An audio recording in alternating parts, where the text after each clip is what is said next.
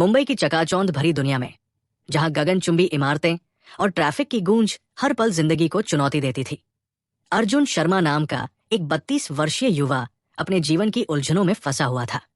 अर्जुन एक multinational company में software engineer था। उसकी जिंदगी बाहर से देखने में परफेक्ट लगती थी।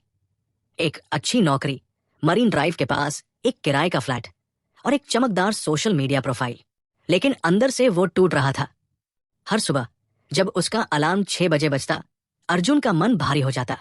ऑफिस की डेडलाइन, बॉस की फटकार और क्लाइंट्स की बढ़ती मांगे उसे रातों की नींद से वंचित कर रही थी। उसका फोन हर कुछ मिनटों में नोटिफिकेशन की आवाज से गूंजता और वो हर बार उसे चेक करने को मजबूर हो जाता। दोस्तों के साथ वीकेंड की पार्टियां, जो कभी मजेदार हुआ करती थी, अब उसे थकान और खालीपन देती थी। अर्जुन की माँ, जो दिल्ली में रहती थी, अक्सर फोन पर उससे पूछती, बेटा तुम खुश तो हो ना? अर्जुन हर बार हंसकर जवाब देता, हाँ माँ, सब ठीक है। लेकिन सच ये था कि वो खुश नहीं था। वो तनाव के एक अंतहीन चक्र में फंस चुका था। रात को बिस्तर पर लेटने के बाद भी उसका दिमाग बंद नहीं होता था। काम का दबाव, भविष्य की चिंता और अपने सपनों से दूर होने का डर उसे हर पल सताता था। एक दिन ऑफिस में एक प्रेजेंटेशन के दौरान अर्जुन को अचानक चक्कर आया। उसका दिल तेजी से धड़क रहा था और उसे सांस लेने में तकलीफ हो रही थी। सहकर्मियों ने उसे तुरंत पास के अस्पताल ले गए। डॉक्टर ने बताया कि यह पैनिक अटैक था, लंबे समय तक तनाव का नतीजा। डॉक्टर ने उसे दवाइयां दी और सलाह दी, अर्जुन तुम्हें अपनी लाइफस्टाइल बदलनी होगी, तनाव तुम्हें अंदर से खा रहा है। उस रात अस्पताल से लौटकर अर्जुन अपने फ्लैट की बालकनी में खड़ा था। समुद्र की लहरों की आवाज और दूर तक फैली मुंबई की रोशनी उसे सुकून देने की कोशिश कर रही थी। लेकिन उसका मन अभी भी अशांत था। उसने सोचा, क्या यही जिंदगी है? सुबह से रात तक भागना और फिर भी अधूरा महसूस करना। उसी पल उसे अपने कॉलेज के दिनों की एक बात याद आई।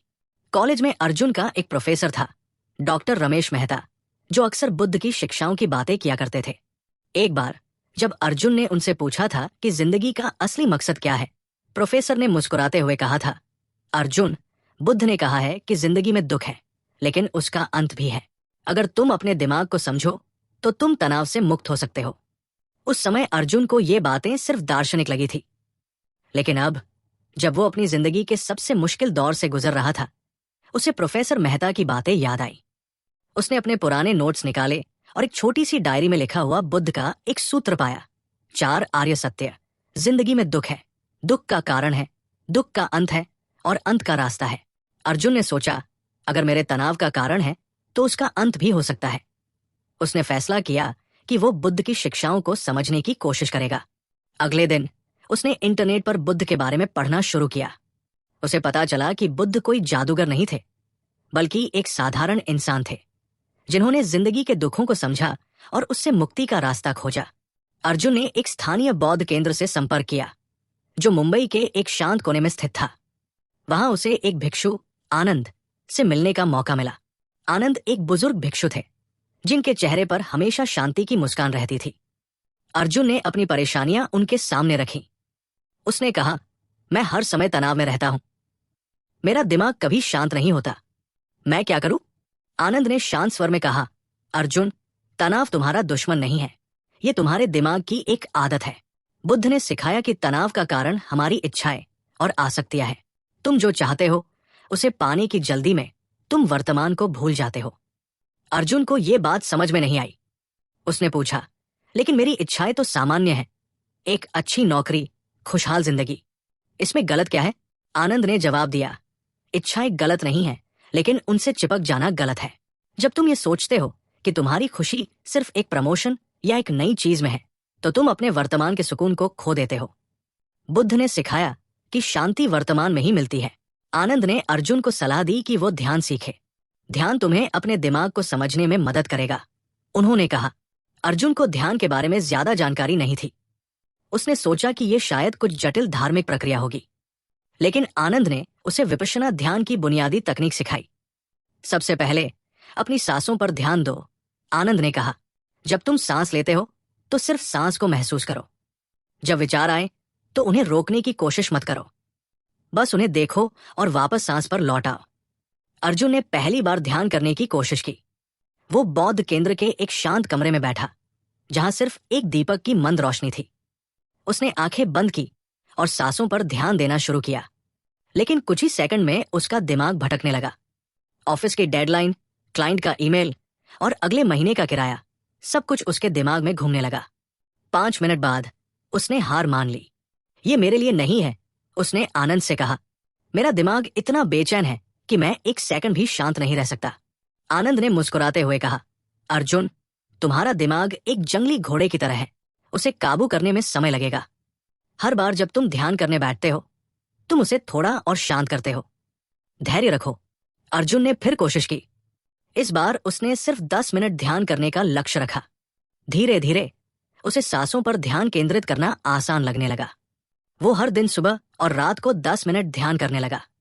कुछ हफ्तों बाद उसे एक अजीब सा सुकून महसूस होने लगा। उसका दिमाग अब पहले जितना बेचैन नहीं रहता था। आनंद ने अर्जुन को बुद्ध के 4 आर्य सत्यों के बारे में और गहराई से बताया। पहला सत्य है कि जिंदगी में दुख है। उन्होंने कहा, यह दुख शारीरिक हो सकता है, जैसे बीमारी, या मानसिक, जैसे तनाव। दूसरा सत्य है कि दुख का कारण है हमारी इच्छाएं, आसक्तियां और गलत धारणाएं। तीसरा सत्य है कि दुख का अंत संभव है। और चौथा सत्य है अष्टांगिक मार्ग, जो तुम्हें दुख से मुक्ति की ओर ले जाता है। अर्जुन ने पूछा, ये अष्टांगिक मार्ग क्या है? आनंद ने समझाया, ये 8 रास्ते हैं। सही दृष्टि, सही संकल्प, सही वाणी, सही कर्म, सही आजीविका, सही प्रयास, सही स्मृति और सही समाधि। ये तुम्हें सिखाते हैं कि कैसे अपने विचारों, शब्दों और कर्मों को शुद्ध रखना है। अर्जुन ने इन सिद्धांतों को अपनी जिंदगी में लागू करने की कोशिश शुरू की।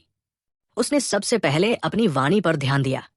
वो ऑफिस में पहले छोटी छोटी बातों पर गुस्सा हो जाता था, लेकिन अब वो शांत रहने की कोशिश करता।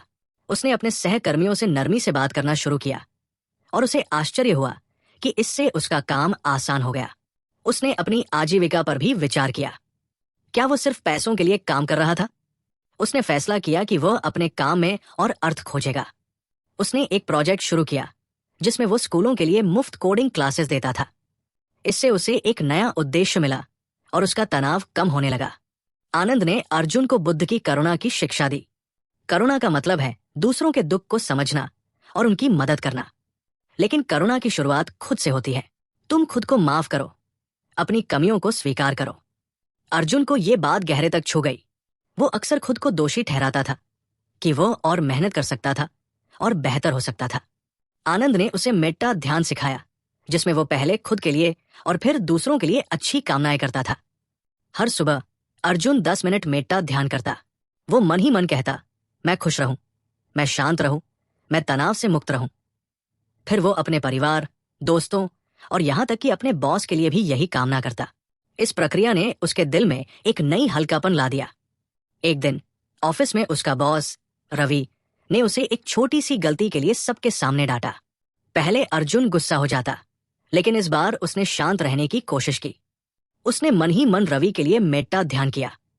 बाद में उसने रवि से शांतिपूर्वक बात की और अपनी गलती सुधारने का वादा किया। रवि ने उसकी शांति को देखकर उसकी तारीफ की। कुछ महीनों बाद अर्जुन की जिंदगी में बदलाव साफ दिखने लगा। वो अब पहले जितना तनावग्रस्त नहीं रहता था। उसने अपने फोन की नोटिफिकेशन बंद कर दी और हर दिन 1 घंटा खुद के लिए निकालने लगा। वो सुबह समुद्र किनारे टहलता, ध्यान करता और अपनी डायरी में अपने विचार लिखता। उसने अपने दोस्तों के साथ समय बिताने का तरीका भी बदला।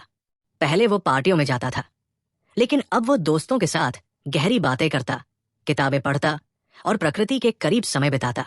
उसने अपने फ्लैट की बालकनी में कुछ पौधे लगाए, जिनकी देखभाल करना उसे सुकून देता था। एक दिन उसकी मां मुंबई आई। उन्होंने अर्जुन को देखकर कहा, बेटा, तुम पहले से ज्यादा खुश दिख रहे हो। तुमने क्या जादू किया? अर्जुन ने हंसकर जवाब दिया, मां, ये बुद्ध का जादू है।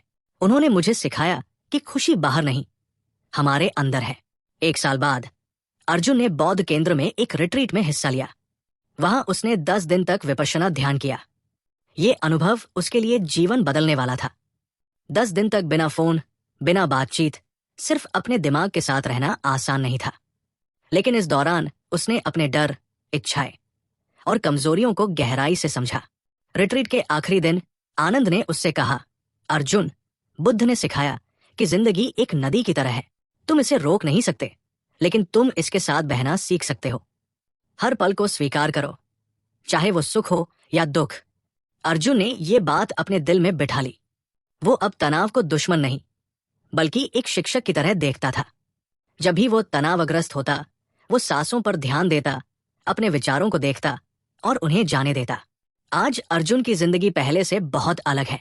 वो अभी भी अपनी नौकरी करता है, लेकिन अब वो काम को अपनी जिंदगी का केंद्र नहीं मानता।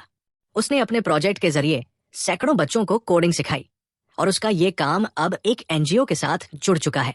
वो हर हफ्ते बौद्ध केंद्र जाता है, जहां वो नए लोगों को ध्यान सिखाता है। अर्जुन अब हर पल को जीने की कोशिश करता है। वो जानता है कि तनाव पूरी तरह खत्म नहीं होगा, लेकिन वो अब उसे नियंत्रित करना सीख चुका है। बुद्ध की शिक्षाओं ने उसे न सिर्फ तनाव मुक्त जीवन दिया, बल्कि एक नया उद्देश्य भी दिया। हर रात जब वो अपनी बालकनी में बैठकर समुद्र की लहरें देखता है, वो मन ही मन बुद्ध को धन्यवाद देता है। वो सोचता है, जिंदगी में दुख हो सकता है, लेकिन शांति हमेशा हमारे अंदर है, बस उसे खोजने की जरूरत है। हमें खुशी है कि आपने महात्मा बुद्ध के इस संदेश को सुना। आशा करता हूं ये जानकारी आपके जीवन में एक नई राह दिखाएगी। इसी तरह भगवान बुद्ध से जुड़ी और वीडियो सुनने के लिए कृपया हमारे चैनल को सब्सक्राइब करें। धन्यवाद।